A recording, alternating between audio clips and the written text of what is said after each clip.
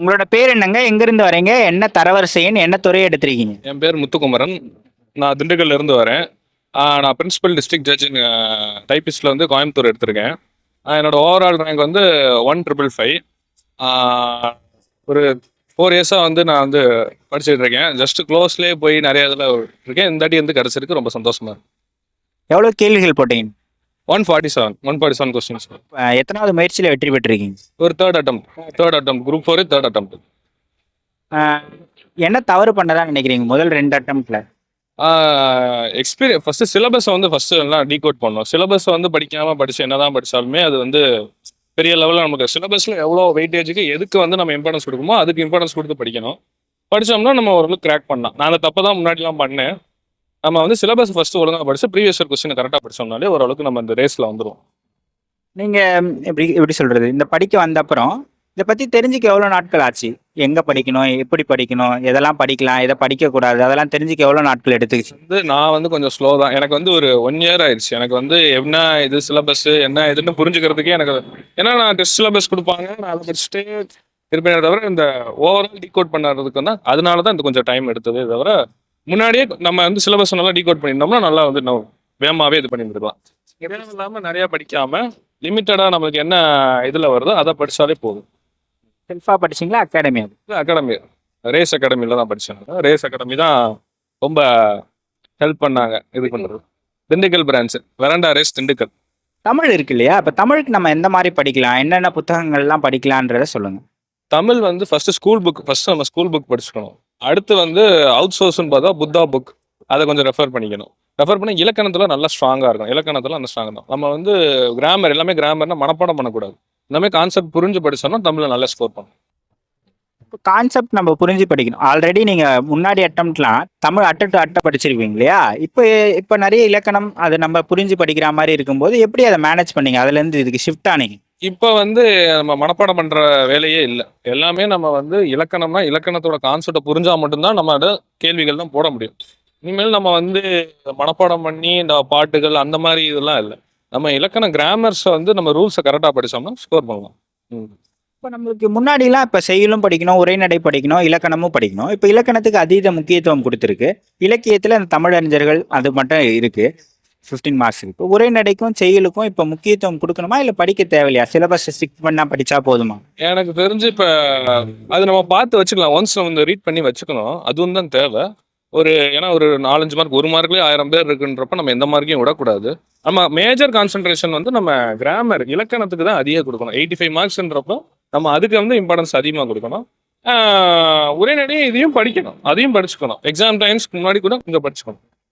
இந்த 6வது யூனிட் இருக்குல்ல, தமிழ் அறிஞர்களும் தமிழ் தொண்டும், திருக்குறள், இதுக்கெல்லாம் திருக்குறள்ல ஒரு 20 அதிகாரம் படிக்க சொல்லியிருக்காங்க. நிறைய தமிழ் அறிஞர்களை பத்தி கொடுத்துருக்காங்க. அதெல்லாம் எந்த சோர்ஸ்ல படிச்சீங்க, எப்படி படிச்சீங்க? அது வந்து நான் வந்து புத்தா புக்கில் தான் படித்தேன். நான் புத்தா புக்கில் வந்து நம்ம சிலபஸ் வைஸ் நம்ம வந்து அவங்க ஃபுல்லாக அவுட் சோர்ஸும் கொடுத்துருக்காங்க, இதுவும் கொடுத்துருக்காங்க. அப்போ அதில் படிக்கிறப்ப கொஞ்சம் ஈஸியாக இருந்துச்சு. மேக்ஸ் எந்த மாதிரி படிச்சீங்க? மேக்ஸுக்கு எவ்வளோ நேரம் ஒதுக்குவீங்க டெய்லி? அதை எப்படி படிச்சீங்கன்றத சொல்லுங்க. மேக்ஸ் வந்து டெய்லி 1 hour படிச்சே 1 hour போட்டு பார்த்தே ஆகணும். வருதோ வரலையோன்றதோ maths school book sums first முடிச்சிடும். அடுத்து வந்து ப்ரீவியஸ் இயர் கொஸ்டின்ஸ் வந்து ஃபுல்லாக போட்டு பார்த்துட்டே இருக்கணும். ஒரு 10 இயர்ஸ் வந்து ப்ரீவியஸ் இயர் கொஸ்டின் ஃபுல்லாக போட்டு பார்க்கணும். மெயின் கான்செப்ட் வந்து ஸ்கூல் புக் சம்ம எதையுமே ஒமிட் பண்ணக்கூடாது மேக்ஸ். ஏன்னா மேக்ஸ் தான் நம்ம கையில் இருக்கு. 25 மார்க்ஸ் ஈஸியாக ஆகும். ஜிஎஸ்ல 6 யூனிட்ஸ் இருக்கு. எதுக்கு முக்கியத்துவம் கொடுத்து எப்படி படிச்சீங்கன்னு சொல்லுங்க. பாலிட்டிக்கு வந்து அதிக இம்பார்ட்டன்ஸ் கொடுத்து படிக்கணும். பாலிட்டி வந்து வெயிட்டேஜ் அதிகமாக இருக்கும். அதுக்கப்புறம் யூனிட் 6, யூனிட் 7 அதுக்கு வந்து இம்பார்ட்டன்ஸ் கொடுத்து படிக்கணும். தமிழ் அட்மினிஸ்ட்ரேஷன், தமிழ் சமுதாயம், அந்த இது கொஞ்சம் சார்ந்து கொஞ்சம் இம்பார்ட்டன்ஸ் கொடுத்து படிக்கணும். இதுக்கெல்லாம் என்ன சோர்ஸ் படிச்சீங்க? ஸ்கூல் புக்ஸ் தானே, இல்லை அவுட் சோர்ஸ் எதுவும் படிச்சீங்களா? ஸ்கூல் புக்ஸ் தான் ஃபர்ஸ்ட். அப்புறம் வெரண்டா ரேஸ்ல கொடுக்குற அந்த யூடியூப் கொடுக்குற அந்த இன்புட்ஸ், அந்த நோட்ஸ் அதெல்லாம் கொஞ்சம்.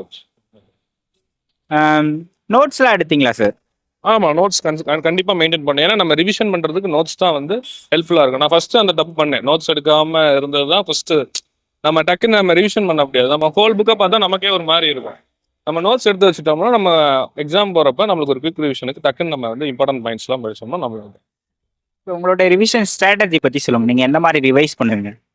இது சிலபஸ் இது நோட்டிஃபிகேஷன் வர்றதுக்கு முன்னாடி நம்ம ஒரு சிலபஸ் எல்லாத்தையும் முடிச்சு வச்சிடணும். நம்ம நோட்டிஃபிகேஷனுக்கு அப்புறம் நம்ம வந்து ரிவிஷன் தான் ரிவிஷன் மட்டும்தான் பண்ணணும். நம்ம புதுசாக எதுவுமே படிக்கக்கூடாது. எக்ஸாம் ஹாலில் என்னென்ன மிஸ்டேக்ஸ்லாம் பண்ணக்கூடாதுன்றதை சொல்லுங்க. எப்படி டைமை மேனேஜ் பண்ணணும், இது ரெண்டுத்தையும் சொல்லுங்க. நம்ம என்னதான் படிச்சிருந்தாலும் அந்த 3 ஹவர்ஸ் தான் ரொம்ப முக்கியமானது. நம்ம வந்து அந்த 3 ஹவர்ஸை வந்து நம்ம மைண்ட் எவ்வளோ ஃபோக்கஸ் பண்ணி கொஞ்சம் நம்ம அங்கிட்ட அசால்ட்டாக இருந்தாலுமே அது கொஞ்சம் நம்ம 1 மார்க் 2 மார்க்கில் இதாயிரும். அதனால வந்து எக்ஸாம் எல்லாம் பதட்டப்படாம தெரிஞ்ச கேள்வியை ஃபர்ஸ்ட் பண்ணணும். தெரிஞ்ச கேள்வியை தெரியாத கேள்வியை வச்சு ரொம்ப நேரம் யோசிக்கக்கூடாது. தெரிஞ்ச கேள்வியை நம்ம வந்து பதட்டப்படாம பண்ணணும். அதான் டைம் எப்படி மேனேஜ் பண்ணீங்க நீங்கள் 3 ஹவர்ஸ்க்குள்ள? அதான் மேக்ஸ் வந்து நம்ம வேகமாக போட பார்க்கலாம்.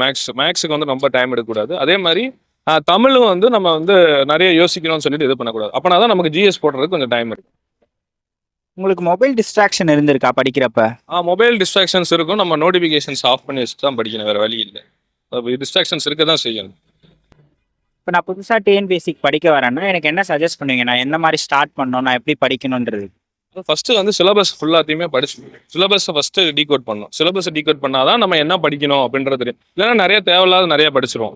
அப்படின்றப்ப நம்ம சிலபஸ் தான் நம்மளை ஃபர்ஸ்ட் டீகோட் பண்ணணும். சிலபஸை படிச்சுட்டு அதுக்கப்புறம் நம்ம அந்த கண்டென்ட் வைஸ்ல என்ன வெயிட்டேஜ் மார்க் எதுல வருது, அதுல பாலிட்டினா பாலிட்டி அப்படின்றத அந்த மாதிரி போகணும். இப்போ குடும்பத்தில் எல்லாம் சப்போர்ட் பண்ணாங்களா படிக்க? எனக்கு தெரிஞ்ச ஒரு 4 இயர்ஸா வந்து அவங்க சப்போர்ட் பண்றாங்க. ஒரு இடத்துல கூட நீ வேணாம் படிக்க சொல்லலை, படி இன்னும் கூட படி அப்படின்னு தான் சொன்னாங்க. நீ பாஸ் ஆகிற வரையும் கூட படி அப்படின்னு சொல்லி பேக்ரவுண்ட் சப்போர்ட்டுமே ஒரு பெரிய ப்ளஸ் தான். ஐடியில் ஒர்க் பண்ணுறீங்களா? வேலை பார்த்துட்டே படிச்சீங்க? ஆமா, ஜஸ்ட் ஒரு இந்த இயர் தான் ஜாயின் பண்ணேன். ஒரு ஃபினான்ஷியல் சப்போர்ட்டுக்காண்டி இருக்கட்டும் அப்படின்னு சொல்லிட்டு வேலை பார்த்துட்டு தான். இப்போ எப்படி டைமை மேனேஜ் பண்ணுவீங்க படிக்கிறது?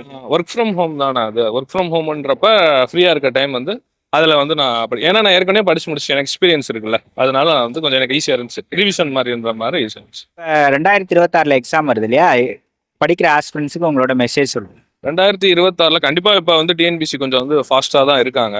இப்போ நம்ம வந்து நோட்டிஃபிகேஷன் கரெக்ட் டேட்டில் கரெக்ட் டைமில் வரும், எக்ஸாம்ஸும் கரெக்டாக இது பண்ணுறாங்க. இப்போலேருந்து ப்ராப்பராக ஷெட்யூல் போட்டோம்னா கரெக்டாக வந்து ஃபஸ்ட்டு குரூப் 1 வருது. குரூப் 1க்கு ப்ரிப்பேர் பண்ணிவிட்டு அப்படியே குரூப் 2 குரூப் 4 எல்லாமே ஒரு இதில் ப்ரிப்பேர் பண்ணோம்னா கண்டிப்பாக கிளியர் பண்ணலாம்.